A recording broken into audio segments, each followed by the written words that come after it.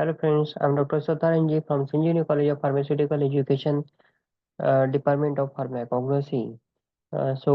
Today we are going to study a subject pharmacognosy and phytochemistry. In this topic, till now we see the different methods of extraction is there. So in case of this one, now today we are going to see what is size exclusion chromatography and what is ion exchange chromatography. So let's see.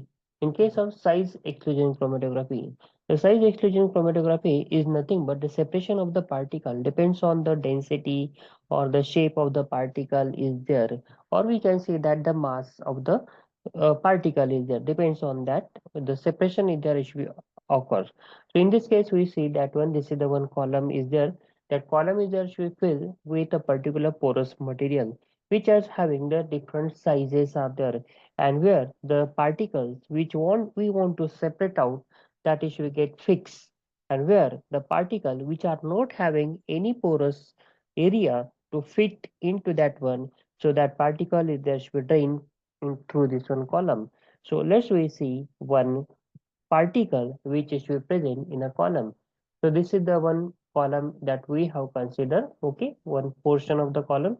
In case of this one, that we see a bed is there. That circular portion, this one circular portion is nothing but the bed is there, or porous bed is there. So in this one porous bed, there are these are the holes are there. One is a blue color, one is a brown color, and one is a green color.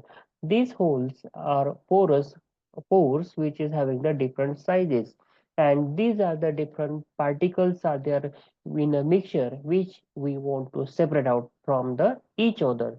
So as per the gravity, whereas as per the size, shape, structure, the particles are there that should get separated.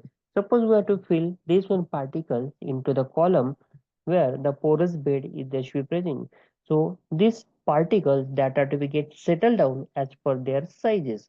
For example, these blue color particles are there that should be settled. In case of this one, blue color pores, okay, where the second one, the green color particles are there, that is get settled down in case of the green color pores are there. For your easy identification, I have to give the colors, okay.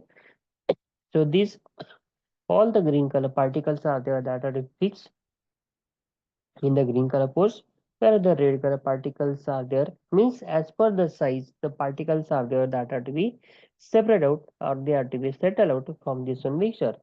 Now these are the red color particles are there which is not having any porous area where they are goes to be fixed, so they are to be drained out through this one particular porous material. Likewise, from the sides of this one, these structures are the that are get separated, and in this way, there is a separation of the particle from the mixture as per the size is there should occur out. So these are the larger size particles are there which are to be settled down fastly. These are the moderate size particles are there which are to be settled somewhat slowly, and these are the particles are there which are very slowly separated. Thus we consider a slab is there, a slope is there. On this one slope there is some of the gaps are there, or we can say that the grooves are there which are not in equal size. So smaller particles, when you are going to be drained from this one slope, they in this one direction from the higher side to the lower side, these particles are there that are to be settled down in case of this one. Second one size particle, some of the larger size particle that we have taken, these particles are moved and they are to be settled down in this grooves. Whereas the larger one size particle, there is no any space there should be available, or groove is there should be available, so they are to be directly separated in this way.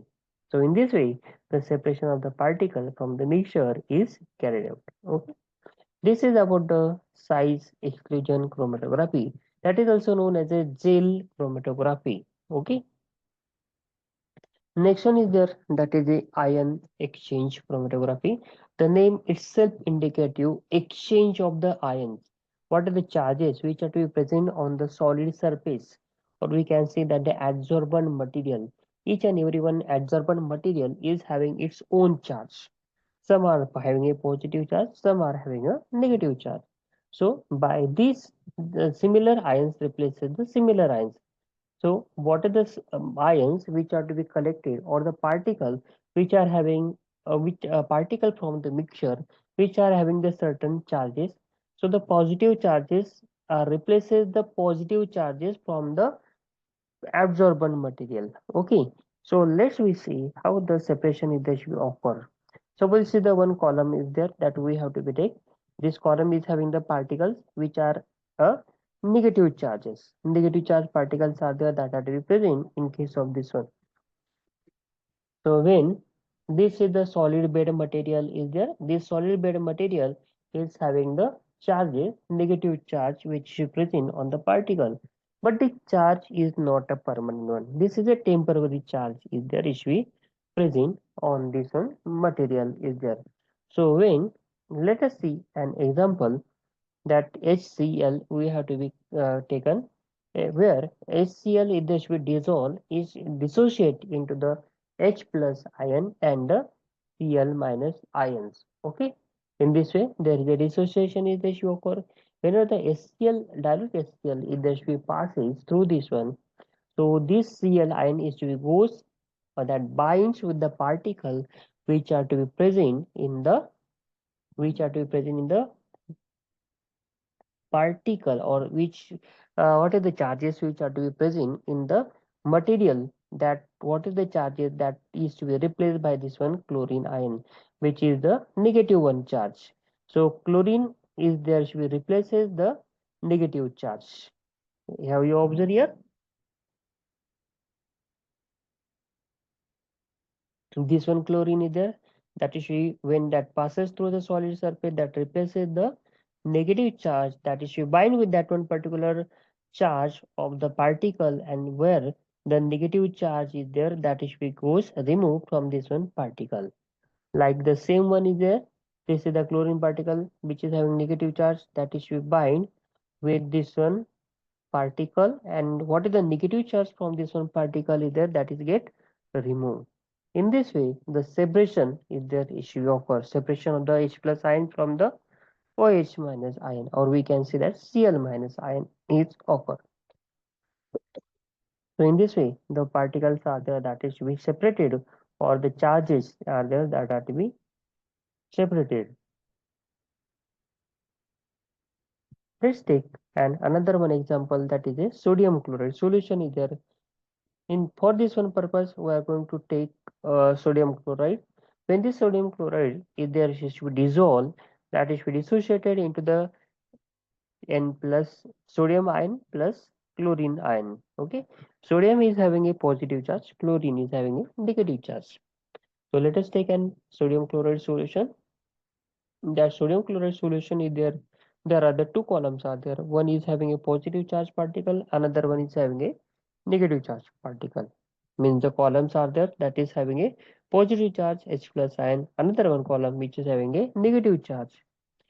When that sodium chloride solution is there, that we have to be pour, which should be dissociated into the Na plus and Cl minus. So these sodium chloride ions, when they passes through this one H plus ion column, they replaces the H plus ion. Here the observe sodium ion bind with this one particles positive charge, which causes the release of the H plus ion. Second one sodium ion, that is goes bind with this one, and from this one particle the H plus ion is there should be released. In this way the separation of the sodium ion from the sodium chloride is occur.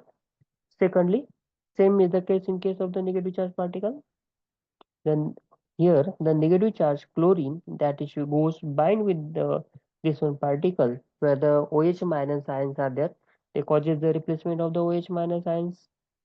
Here also the same one, Cl minus replaces the OH minus ions. In this way, from this one mixture, sodium ion as well as the chlorine ions are there that are get separated. So in this way, the ion exchange chromatography is also work out. Okay, hope all of you understand everything. What is the mechanism? How they are to be work? Okay, thank you.